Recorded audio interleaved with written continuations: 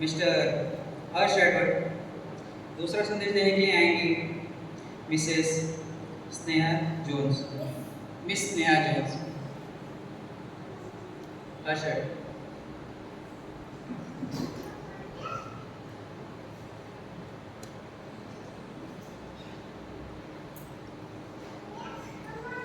सबको जय मसीह की। धन्यवाद धन्यवाद धन्यवाद शक्तिमान पिता परमेश्वर, आज के दिन हमने प्रयास में आपका धन्यवाद करते हैं प्रभु जी। और जो परमेश्वर आज का वचन है जो हम मनन करने जा रहे हैं परमेश्वर, उसको आपने मुझे दिया है, इसके लिए मैं धन्यवाद करता हूँ परमेश्वर। और परमेश्वर ये जो वचन है जब मैं बोलने पाऊँ परमेश्वर, तो हमारे कानों को खोलिए और ये वचन हमारे मनों में जाने पाए परमेश्वर। और परमेश्वर हमारे लिए हमें इतनी मजबूती दीजिए परमेश्वर, ये वचन हम अच्छे से सुनाने में परमेश्वर। इस प्रार्थना को प्रभु यीशु मसीह के मीठे और पवित्र नाम से आमीन। आज का जो पवित्र रविवार का दिन है वो हमारे पूरे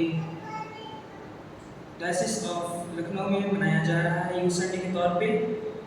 और इसके लिए मैं परमेश्वर का धन्यवाद करता हूँ कि उसने हम सभी को तैयार किया, और उन सभी बच्चों के लिए भी जो दूसरे चर्चों में ये कार्यक्रम करने पाए हैं, सभी के साथ हम सब धन्यवाद करते हैं। और हम सभी को विश्वास में मजबूती दी कि जो भी परमेश्वर का वचन है उसे अच्छे से हम लोग बोले। मैं इस समय उपस्थित कलीसिया का स्वागत करता हूँ। मैं अपने सभी युवा साथियों का धन्यवाद करता हूँ कि उन्होंने मेरे इस वचन की तैयारी में मेरी मदद की है। आइए हम अपने वचन की ओर चलें। आज के हमारे वचन का शीर्षक नव युवकों के लिए कि वो आगे चल के प्रभु की सहमति में रहने पाए। आइए मेरे साथ आप निकाल लें पहला पत्रस उसका 5वां अध्याय 5 पद।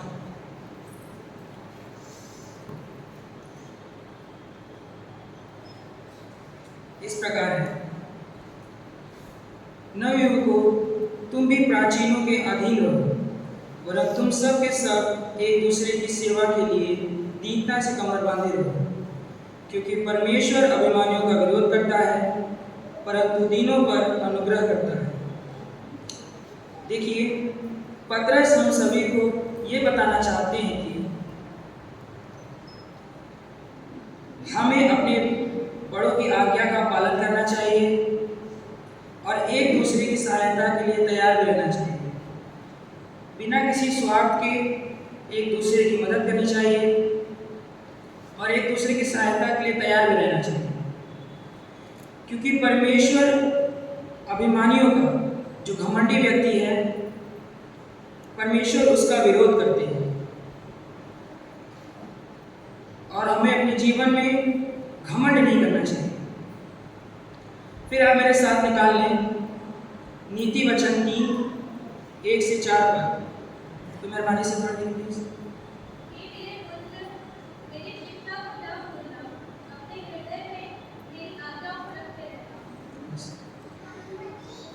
देखिए, ये जो वचन है ये नव युवकों के लिए उनकी दी गई सलाह है। मतलब कि हमें परमेश्वर की आज्ञाओं को भूलना नहीं है और उन्हें हमें हमेशा याद रखना और मानना चाहिए।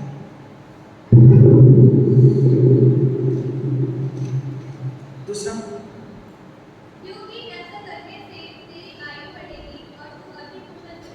देखिए, क्योंकि ऐसा करने से तेरी आयु बढ़ेगी और तू अधिक कुशल से रहेगा।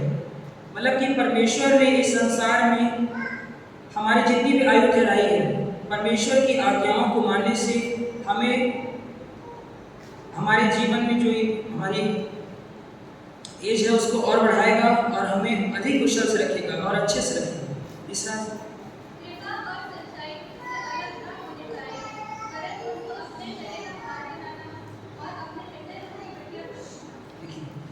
कृपा और सच्चाई तो उससे अलग होंगे।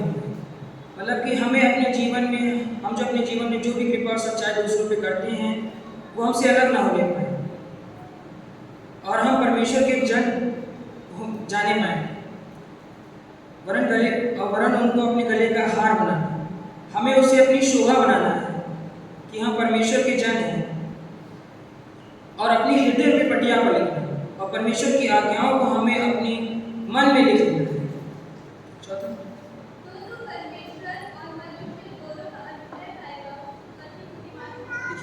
और तू परमेश्वर और मनुष्य दोनों का अनुग्रह पाएगा। मतलब कि अगर हम अपने बड़े बुजुर्गों और परमेश्वर की आज्ञाओं पर चलते हैं तो हमें दोनों की ही आशीषें मिलेंगी, और आगे आने वाली जो भी परेशानी है उसमें हमें अच्छा मार्गदर्शन मिलेगा, और जो भी परेशानी को हम फेस करेंगे वो हम अच्छे से अपनी बुद्धिमानी से उसे पार होने पाएंगे, क्योंकि हम वचन के द्वारा ही जीवित हैं, और इस संसार की उत्पत्ति परमेश्वर के द्वारा उसकी आज्ञाओं से ही हुई है। अगर हम सांसारिक दृष्टि से भी देखें तो यदि हम अपने बड़े बुजुर्गों की आज्ञाओं को नहीं मानते हैं तो हम अनेक प्रकार की परेशानियों से घिर जाते हैं। जिस प्रकार सुलेमान बादशाह ने हमें जिताया है कि आप मेरे साथ निकाल लें सवोपदेशक 11:9 पर।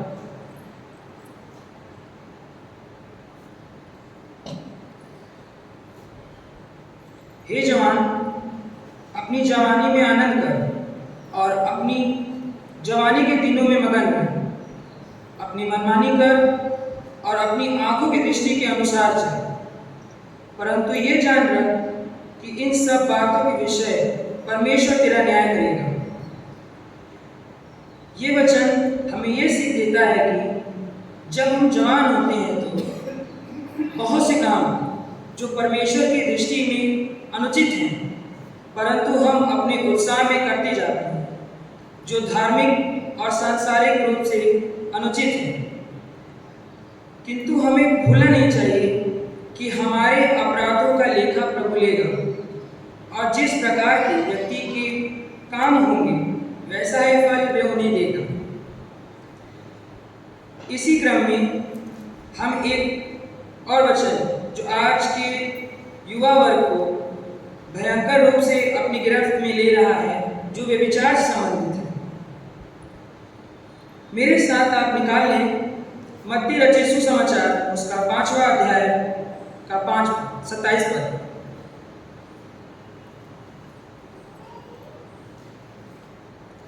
जिसमें लिखित है, तुम सुन चुके हो कि कहा गया था कि व्यभिचार न करना, यह पाप एक कोढ़ के समान आज के युग में फैल गया है। आजकल आप देख रहे होंगे प्रिंट मीडिया में, इलेक्ट्रॉनिक मीडिया में और मोबाइल में, जो आज सबके पास सुलभ है, जिसमें आप देख रहे होंगे, सुन रहे होंगे और पढ़ रहे होंगे कि किस प्रकार व्यभिचार के द्वारा महिलाएं अपने पतियों की हत्या करवा दे रही हैं, और पति अपनी पत्नियों को प्रताड़ित कर रहे हैं, और अविवाहित लड़के लड़कियां अनैतिक संबंध बना ले रहे हैं और अन्य जातियों में संबंध बना ले रहे हैं, घर को छोड़ के भाग जा रहे हैं, जिससे उनके परिवार को सामाजिक प्रताड़ना झेलनी पड़ती है और परिवार बिखर जाते हैं।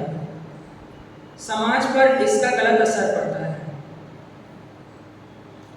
और भी युवा ऐसा आगे करते हैं जो कि आगे चल के एक साइकिल बन जाता है, जो कि गलत है। और हमारा धर्मशास्त्र भी इस विषय में हमें सचेत करता है। 10 आज्ञाओं में से एक बड़ी आज्ञा ये भी है कि तू व्यभिचार न करना, और ये सब देखने पढ़ने के बाद भी अगर हम ऐसा करते हैं तो हम स्वयं अपनी आत्मवंचना करते हैं। ऐसे अनेक विषय हैं जैसे जो आज के युवा में बहुत कॉमन है, जैसे कि नशा और आपसी गाली गलौज, जो कि हम बाइबल हमें मना करती है कि हमें ऐसा नहीं करना चाहिए। ऐसे अनेक विषय हैं, बहुत कुछ कहा जा सकता है, परंतु समय के अभाव में मैं इन्हीं विषयों पर बोल पाया। इस संदेश के द्वारा प्रभु हम सभी का ज्ञानवर्धन करे और प्रभु आप सभी को आशीष दे।